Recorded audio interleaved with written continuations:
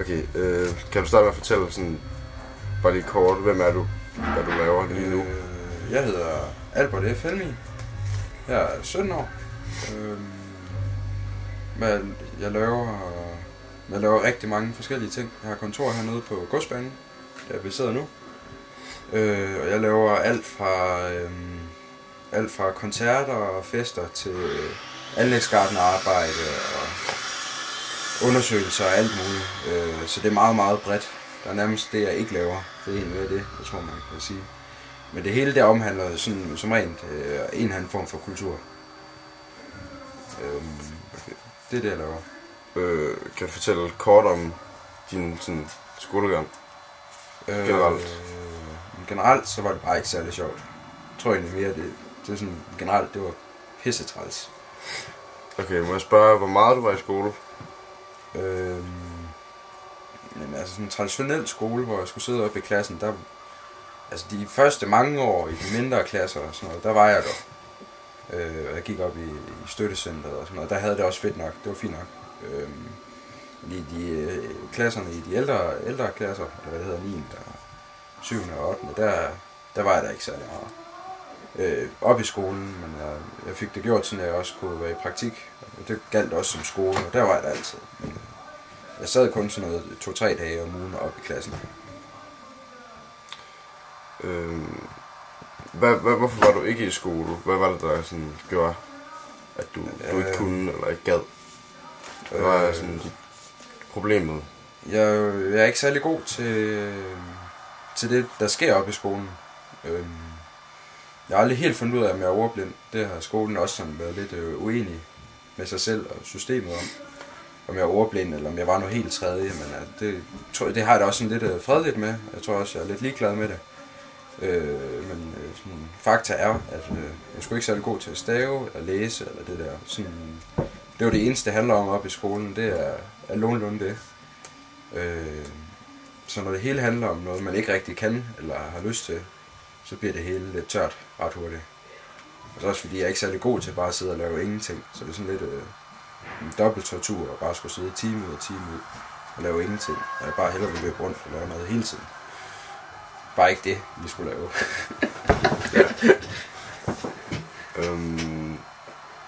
Hvad kunne skolen gøre bedre? Hvad gjorde de forkert?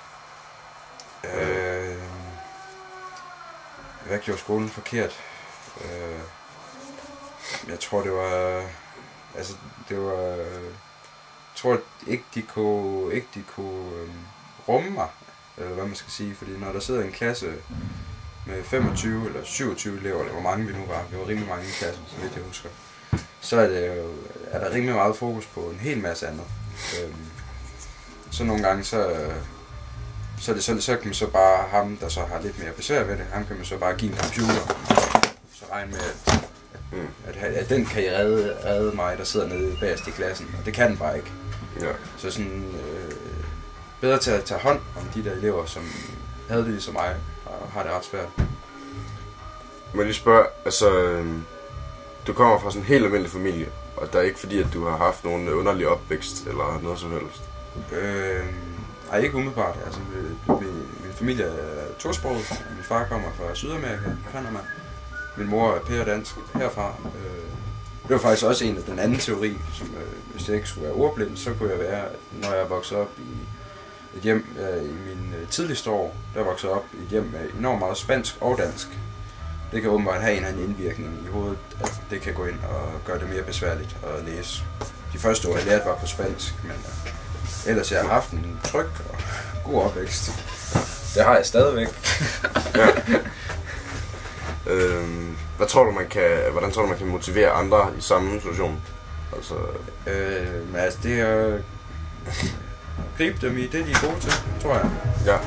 Det er rimelig svært at bare at kun at skulle lave det, man ikke er særlig god til.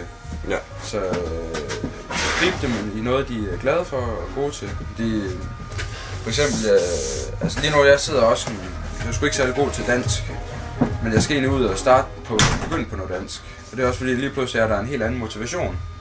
Nu har jeg faktisk brug for at stave til noget. Nu skal jeg sidde og lave projektbeskrivelser og søge penge og alt muligt. det var en måde, man kunne prøve at få det, der motiverer den unge med ind i undervisningen.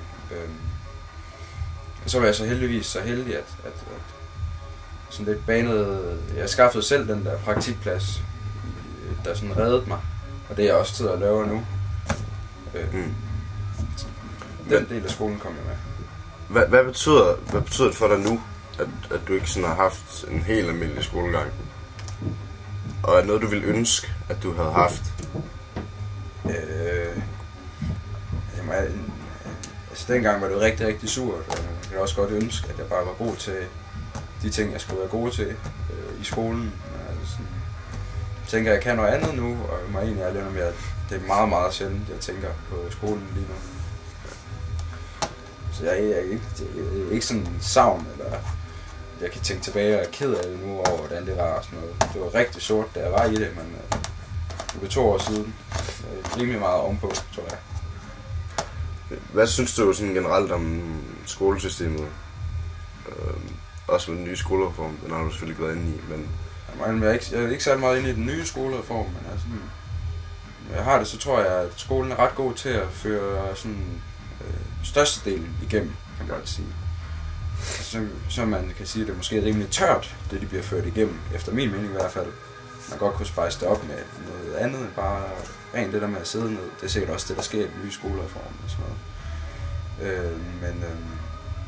Jeg tror sådan generelt, så er det rigtig fint for den største del af de unge, og så er der bare nogen, som har brug for noget mere og gerne vil have noget mere, og det er det sort. Det er bare sort for dem i det system. Kender du andre fra klassen eller et eller andet, der har haft sådan samme problem? Eller? Jeg tror, i min klasse var det jo selvfølgelig mig, der var udpræget med det problem. Men der var jo udtrykket skoletræt, og det tror jeg, man kunne bruge for mig siden 4. klasse. Og i de senere år, der var der flere som mig, der også begyndte at køre død i det. Så der var flere end mig, men jeg tror, sådan udpræget var det mig. Tak for det.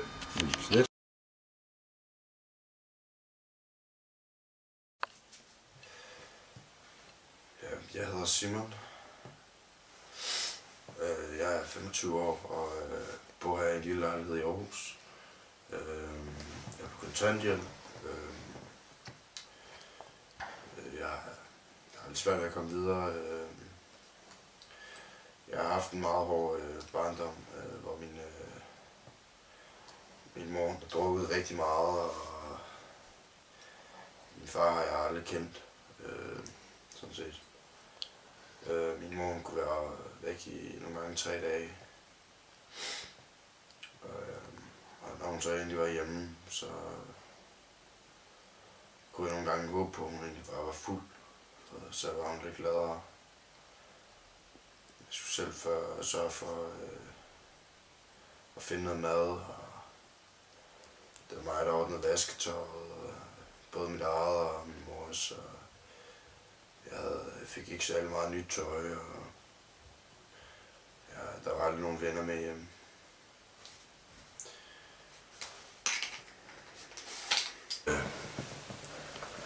Der var rodet derhjemme, og jeg var lidt pinligt berørt over både min mor og min situation. Så nogle gange så tog jeg hjem til nogle af de andre og fik lidt ordentlig mad og noget kakao eller et eller andet hyggeligt. Det var også sådan set meget dejligt at være lidt væk hjemmefra. Derhjemme fik jeg egentlig heller ikke ordentlig søvn, fordi nogle gange så træk min mor midt om natten, så jeg kunne sine fulde venner med hjem og drikke hele natten og skreg og grinte og i skolen jeg har sådan set ikke været så meget i skolen, og 7. klasse, der startede mit misbrug, mit hashmisbrug, og det tog meget på mig, og jeg var ikke særlig meget i skole på det tidspunkt. Jeg endte også med at stå i gæld, og så gik det helt galt. Så måtte jeg jo ud og stjæle og få nogle penge i kassen, så jeg kunne betale det også. Så startede kriminalitet. Og så endte jeg med at ryge på en institution, hvor der var nogen, der tog en hånd om mig. Senere kom jeg på produktionsskole, hvor jeg så blev smidt ud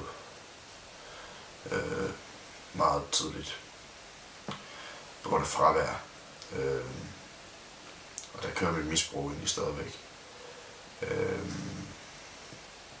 Så prøvede jeg teknisk skole for at blive maler. Det gik egentlig heller ikke særlig godt.